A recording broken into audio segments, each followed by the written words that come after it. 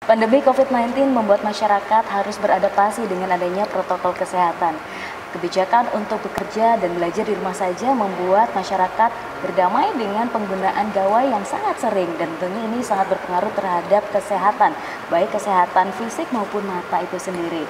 Dan dengan adanya tema ini membuat 3 dokter cantik dari Fakultas Brawijaya, khususnya kedokteran, untuk mengangkat tema ini dalam sebuah penelitian dan dibuat sebagai komik. Wah, menarik sekali ya. Kira-kira seperti apa? Kita akan kupas detailnya bersama saya, Veronisa. Let's talk about it.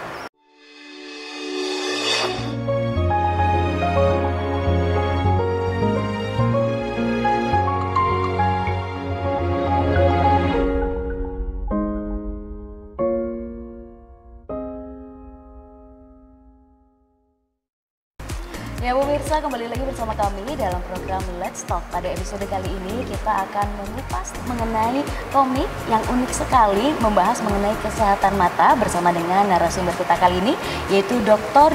Delia Widasmara, spesialis kulit dan kelamin konsultan. Beliau merupakan dosen dan asisten profesor di FKUB. Dia juga merupakan owner LB Klinik dan pengarang komik dari Langit dan Bunga yang kita akan bahas pada episode kali ini. Kita sapa terlebih dahulu. Dokter, bagaimana kabar hari ini? Baik, Mbak Nisa. Ini kita udah lihat ada 2 komik yang di-display dan tentunya pemirsa ini pasti bertanya-tanya. Tapi sebelum bahas ini, Dok, apakah dokter punya karakter khusus yang menjadi favorit dalam komik-komik yang pernah ada? Kalau komik zaman dulu ya, kalau nonton kartun gitu pasti kalau pagi hari Minggu tuh saya Doraemon sih ya. Doraemon. Nonton Doraemon. itu TV ya, gitu, iya di TV zaman dulu. Masih sampai sekarang, Dok? Kalau sekarang nggak sempet.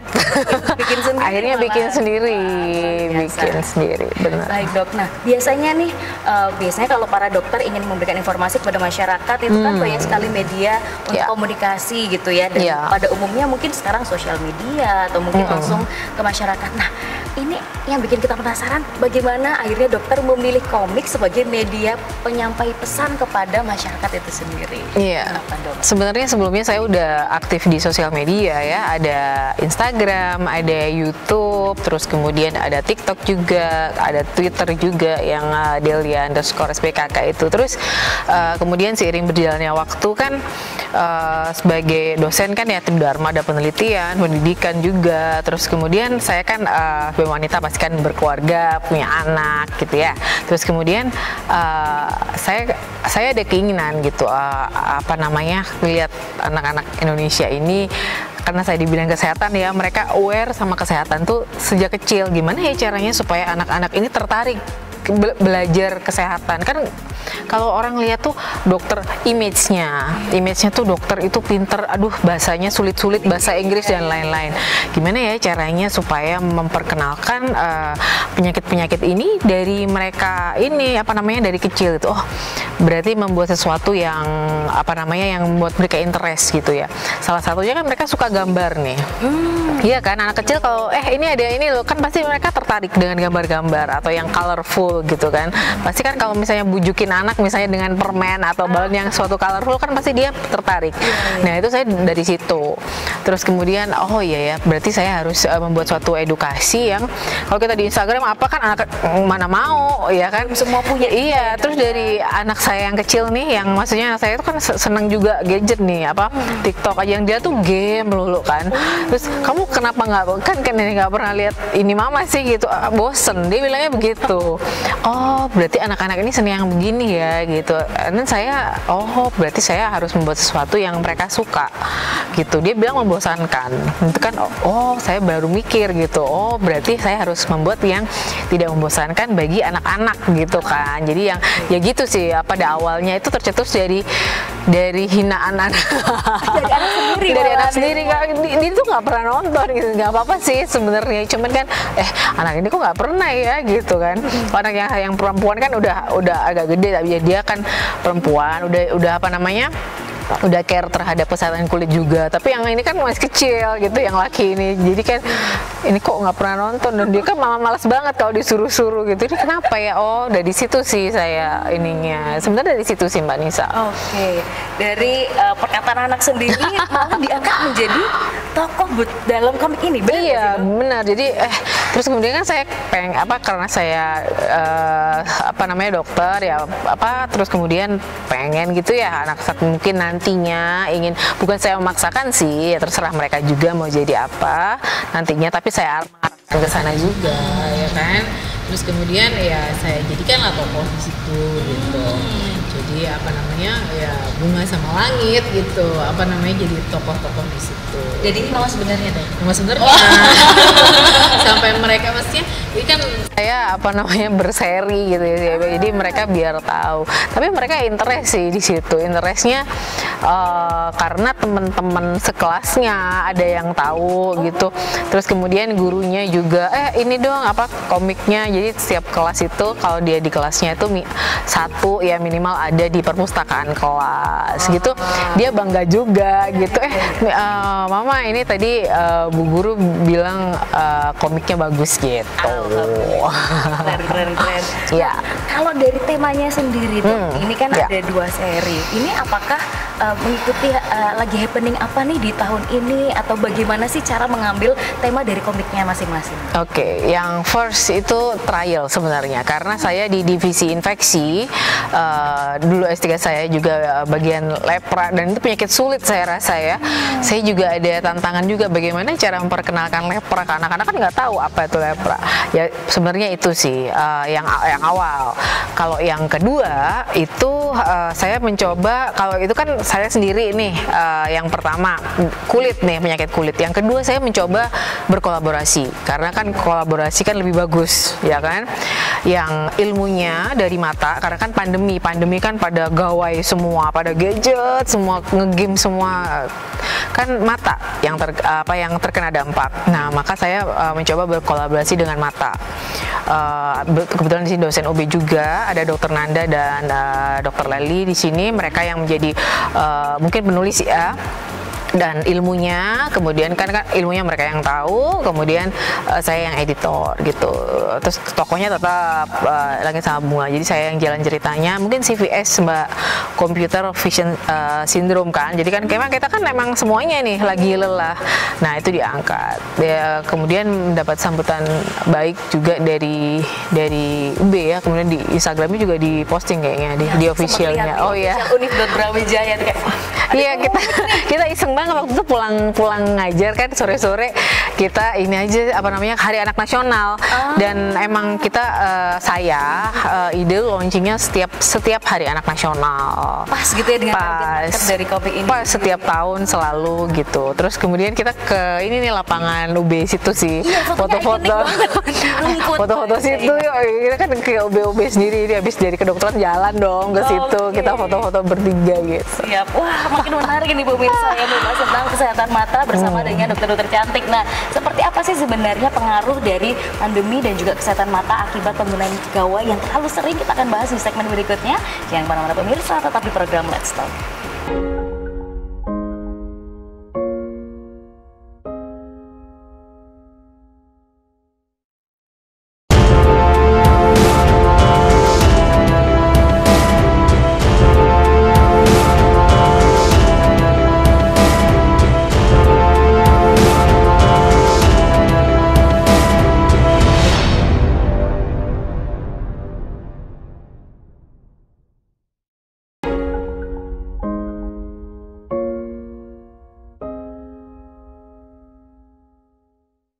Ya pemirsa, kembali lagi bersama kami dalam program Let's Talk, masih berbincang dengan Dr. Delia terkait komiknya. Nah, di volume kedua ini khusus membahas tentang kesehatan mata. Dok, mungkin bisa dibantu jelaskan ke pemirsa dulu sebenarnya akibat COVID-19 itu seperti apa sih akibatnya terhadap kesehatan mata itu sendiri, dan sampai akhirnya diangkat menjadi tema di komik ini.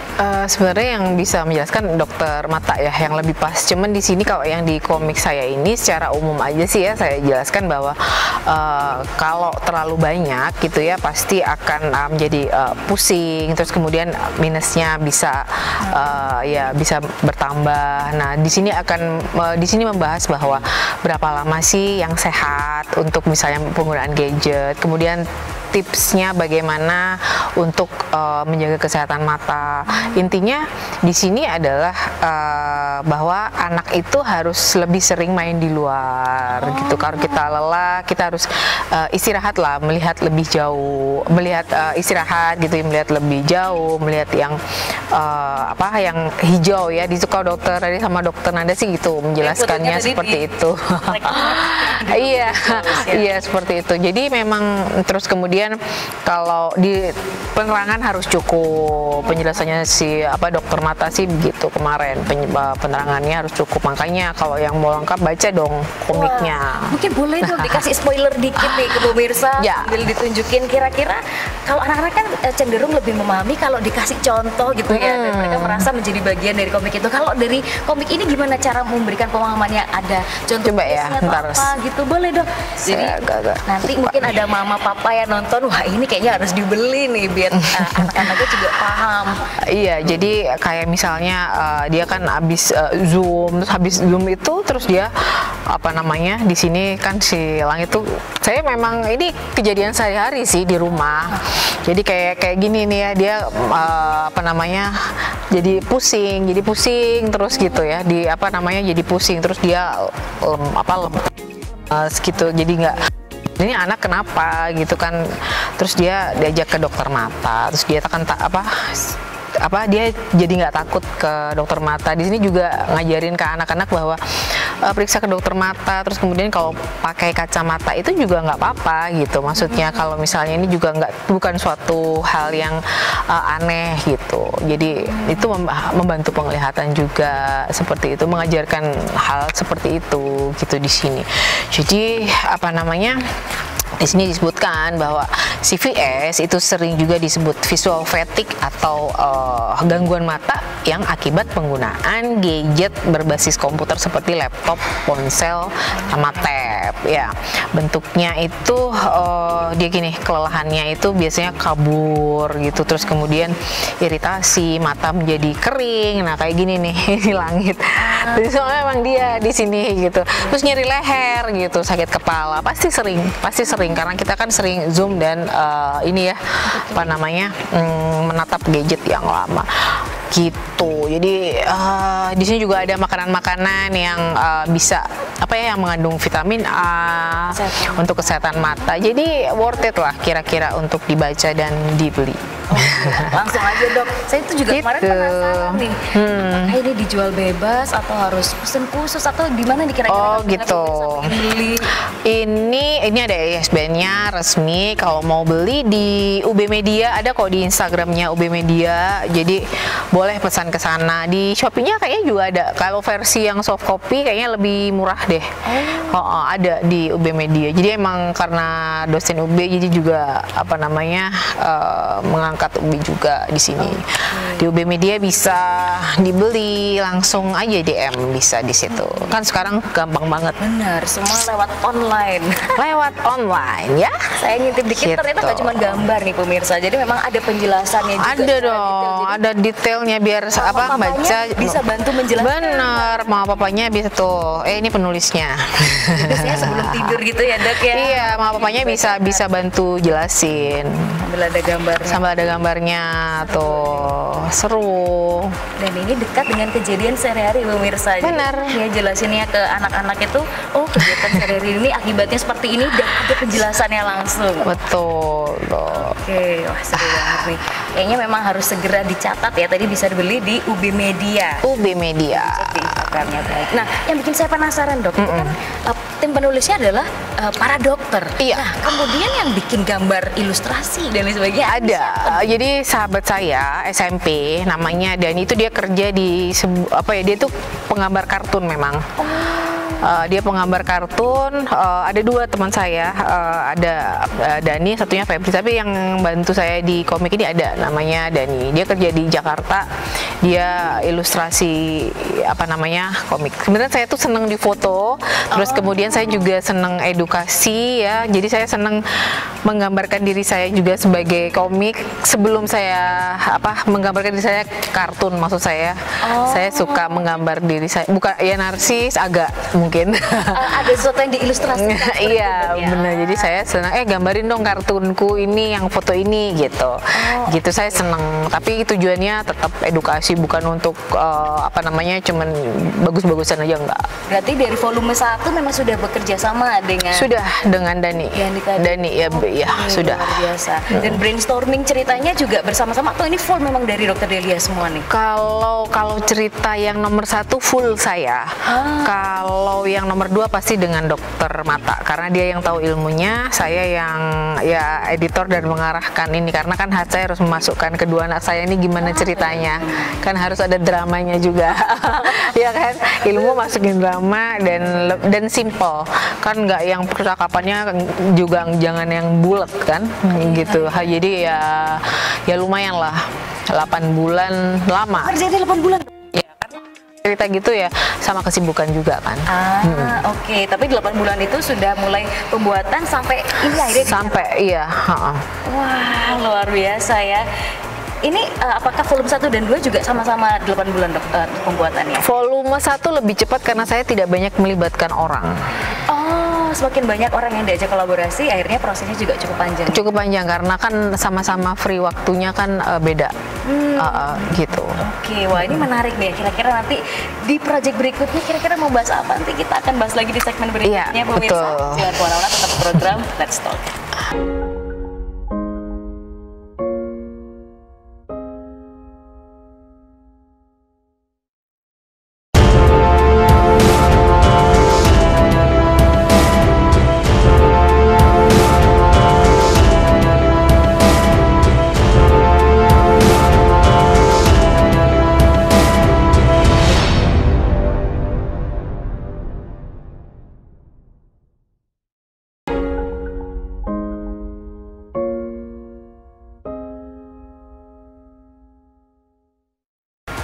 Ya pemirsa, kembali lagi bersama kami dalam program Let's Talk, masih berbincang dengan Dokter Delia dan kita masih akan membahas mengenai komiknya. Tadi di segmen sebelumnya sempat disampaikan bahwa pembuatannya memang cukup panjang karena melibatkan banyak orang. Nah, yang bikin penasaran kira-kira nanti volume berikutnya apakah kembali membahas tentang kulit sesuai dengan ekspertisnya Dokter Delia atau mungkin mau bahas yang lain nih, Dok? Gini, masih ada beberapa kemungkinan sih, karena saya tuh di Rumah Sakit Saiful Anwar kan saya di promosi kesehatan ya. Jadi mungkin yang termasuk prognas kan stunting. Jadi saya pengen tuh sama gizi, nanti kan banyak anak-anak yang gemuk atau yang kurus gitu kan ya. Jadi saya pengennya kolaborasi sama gizi mungkin nanti, masih mungkin. Tapi banyak juga anak-anak tuh yang gatel mungkin ya, gatel-gatel juga. Jadi kan kalau itu kan nggak banyak kolaborasi kan, cukup saya karena kan gatel-gatel aja. Itu masih belum sih. Nah nanti deh, tunggu aja. Serinya pasti bisa banyak kan, Dok, kan udah pemirsa insya Allah menanti nih mau seri 6 ditunggu terus. Iya, dan pemainnya kan sama dan di rumah juga. Iya, benar. Oke, penokohannya. Nah, baik Dok. Nah, dalam proses pembuatan ini pasti ada cerita suka dan duka. Mungkin boleh diceritakan, Dok, karena kan ini sebenarnya agak jauh nih dari profesi utama dokter gitu ya. Terus kita masuk ke art atau seni yang ini membutuhkan banyak kreativitas. Ada suatu hal nggak, Dok, yang bisa diceritakan ke pemirsa? Susah itu untuk cerita, jalan cerita tuh agak susah Mbak saya, karena saya kan bukan seorang artis sinetron ya. Maksudnya produser suatu sinetron yang biasa menulis cerita. Kan saya kan cuman ngobatin pasien and then selesai. Terus kemudian atau nulis, kalau jurnal kan jelas penelitian ini hasilnya ditulis. Ini kan kita harus bayangin. Saya kadang kan kalau udah nulis langit kan, si langit anak saya tuh kalau bunga udah besar pasti ngerti kan. Saya patokannya kan anak kecil. Langit baca ini ngerti nggak gitu. Ya kan saya harus gitu. Ngerti nggak? Ini berarti apa nih? Ini berarti artinya apa gitu. Kadang kan dia juga males juga sama sebentar, nanti itu susah sebenarnya. Kadang kan begitu, itu sih susahnya. Saya harus ngerti, kadang ini apa ya gitu, kadang dia nggak ngerti gitu kan. Oh berarti saya kurang pas nih. Revisi lagi gitu dok? Itu iya, berarti ini saya kurang pas di mananya ya. Ini anak kecil nggak ngerti, berarti kan temennya bisa nggak ngerti nih. Iya benar. Iya, gitu. Baru kepikiran dok, kirain ya udah lancar mulus semua, ternyata Enggak. trial and error juga. Trial, karena kan pikiran saya tidak sama dengan pikiran anak kecil. Benar. Oke.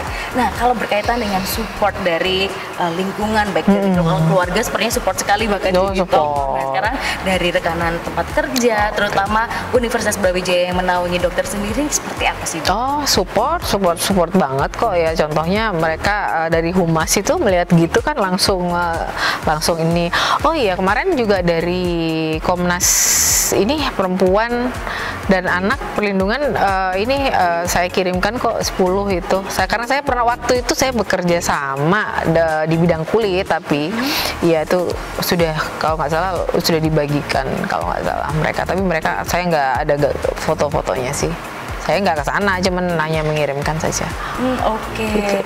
Kalau animo dari masyarakat dok, dari mulai volume 1 keluar sampai volume 2, gimana sih dok? Bisa diceritakan kira-kira? Bisa, animonya tapi ini apa namanya ya, yang punya anak ya. Oh, mamanya nih yang mamanya, iya biasanya kan saya mungkin ada giveaway 3 sampai 5 buku di awal biasanya. Saya nggak tahu nih kebetulannya nih. Gitu, jadi untuk menarik minat baca anak juga. Kadang mereka punya suatu hal yang sama dan masalah yang sama gitu. Jadi animonya lumayan kalau masyarakat. Oke, ada rencana kayak bedah buku gitu nggak dok? Kayak apa nih dibahas volume 1, volume 2, kemudian mungkin mama juga yang tertarik seperti itu. Kayaknya saya juga tertarik untuk join dok. Next nanti ya mungkin ya insya Allah. Oke baik. Nah ini saya masih penasaran dok. Kalau yang tadi yang pertama ini kan yang pertama membahas tentang lepra. Lepra, kusta. Nah, mungkin boleh agak dijelaskan juga dok. Iya. Ini sebenarnya tentang apa sih? Lepra ya. Lepra itu penyakit kulit kronis ya, penyakit bakteri yang dia itu sebenarnya menyebabkan kecacatan sih Mbak Nisa. Jadi dia stigma gitu loh, stigma masyarakat. Jadi dia banyak dijauhi. Jadi karena dia dianggap penyakit kutukan dan sebagainya, maka tugas kita tuh untuk merubah stigma masyarakat bahwa kusta itu bisa disembuhkan dan penderitanya jangan dijauhi. Itu maksud saya, itu gitu jalan ceritanya yang di Bunga dan Langit volume pertama, bahwa dia harus ngajakin temennya, jangan dijauhin gitu. Oke. Dan kalau di sini yang jadi tokoh yang kena kustanya siapa ya? Ya ada, tapi itu bukan sebenarnya. Oh, bukan sebenarnya. Enggak, saya itu kan imajinasi, susah, iya. Oke baik. Terus cara memberikan pemahamannya berarti apakah latarnya ini di sekolah atau sekolah? Oh, sekolah gitu. Karena jadi itu dramanya itu di sekolah gitu. Drama di sekolah. Kok nggak misalnya kok lama nggak masuk ya? Kenapa? Itu misalnya gitu. Kok ini kemana gitu? Kan susah ya, agak mendalami juga kehidupan anak-anak SD. Pikir juga kalau anak-anak ini gimana ya gitu. Anak-anak biasanya kalau nggak di sekolah di tempat bermain seperti itu. Baik. Kalau respon dari Bunga dan Light sendiri setelah muncul 2 volume seperti ini, kali ibaratnya kita bayangin review mereka seperti apa nih dok, dan apa harapannya kira-kira dari Bunga dan Langit untuk volume berikutnya? Mereka positif reviewnya dan ya mereka jadi seneng sama kesehatan, jadi pengen jadi dokter jadinya. Akhirnya kembali ya. Karena iya, makanya mereka jadi interest sama itu. Oke baik. Nah mungkin nih terakhir dok, bagi emak-emaknya atau ayahnya yang mungkin kesulitan memberikan pemahaman kesehatan kepada anak-anak dan sekarang adanya komik ini, dan juga mungkin bagi anak-anak nih yang siapa tahu menonton juga terkait pentingnya memahami kesehatan, silakan dok. Oke, bagi ibu-ibu tolong untuk memahami kesehatan anak itu perlu pelan-pelan ya, jangan langsung dimasukkan semua dan jangan dimarahin. Jadi anak-anak itu dirangkul. Jadi untuk masuk ke anak-anak itu tidak sama dengan orang dewasa. Jadi dirangkul, seperti sahabat, diajak bicara, jangan dianggap jangan bilangnya tuh jangan terlalu keras. Jadi Jadi seperti bilangin ke sahabat, dianggap mereka sebagai teman, pasti dia akan masuk dan itu mereka akan teringat terus gitu aja. Oke, karena komunikasinya berbeda, Dok. Iya, komunikasi efektif itu sangat perlu. Biasa. Wah, saya juga akhirnya belajar banyak hal nih. Ternyata untuk belajar sesuatu tidak perlu dengan sesuatu yang sulit gitu ya. Bahkan kita akhirnya juga bisa belajar sesuatu hal. Wah, luar biasa. Terima kasih banyak Dokter Delia sudah membantu untuk kita memahami tentang kesehatan mata maupun lepra tadi, dan semoga nih pemirsa yang pingin beli komiknya bisa langsung ke UB Media, atau UB Media juga bisa langsung beli. Boleh. Baik, pemirsa, tak terasa 30 menit sudah kita berbincang pada episode kali ini, dan kita masih akan ngobrol-ngobrol dengan tema lainnya di episode-episode berikutnya. Terima kasih banyak atas kebersamaan Anda dan sampai jumpa.